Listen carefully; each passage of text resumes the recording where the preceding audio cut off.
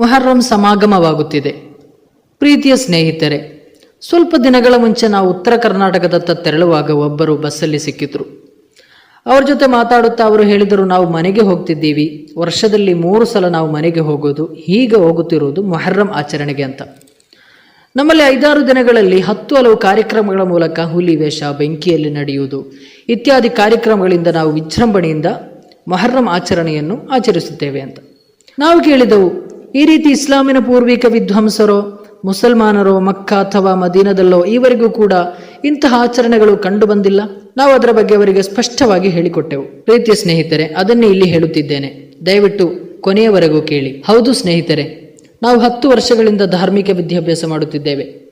ಈವರೆಗೂ ಕೂಡ ಈ ಥರ ಪದ್ಧತಿಗಳ ಬಗ್ಗೆ ಎಲ್ಲಿಯೂ ಕೂಡ ನಾವು ಕಲಿತಿಲ್ಲ. ಆಗ ನಿಮಗನಿಸಬಹುದು, ಇಷ್ಟೊಂದು ವರ್ಷಗಳಿಂದ ನಾವು ಆಚರಿಸಿಕೊಂಡು ಬರುತ್ತಿರುವ ಪದ್ಧತಿಗಳು ಸರಿಯಲ್ಲವೇ?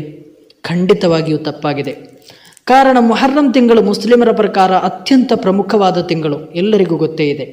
ಕೆಲವು ವರ್ಷಗಳ ಮುಂಚೆ ಸುನ್ನಿ ಮುಸ್ಲಿಮರ ವಿರೋಧಿಗಳಾದ ಶಿಯಾ ವಿಭಾಗದಿಂದ ಆಧಾರರಹಿತವಾಗಿ ವ್ಯಾಪಿಸಲ್ಪಟ್ಟ ಇಸ್ಲಾಮಿನಿಂದ ಹೊರತಾದ ಕಾರ್ಯವಾಗಿದೆ ಇವೆಲ್ಲವೂ ಕೂಡ.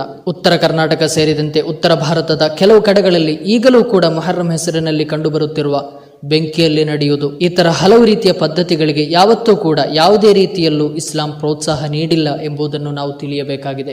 ಅದೇ ಸಂದರ್ಭದಲ್ಲಿ ಮೊಹರ್ರಂ 9 ಮತ್ತು 10ರಂದು ಆಶುರಾ ಮತ್ತು ತಾಸುಆ ಎಂದು ಹೇಳಲ್ಪಡುತ್ತದೆ. ಈ 2 ದಿನಗಳಲ್ಲಿ ರೋಜಾ ಹಿಡಿಯುವುದು ಪ್ರತ್ಯೇಕ ಸುನ್ನತ್ತಾಗಿದೆ.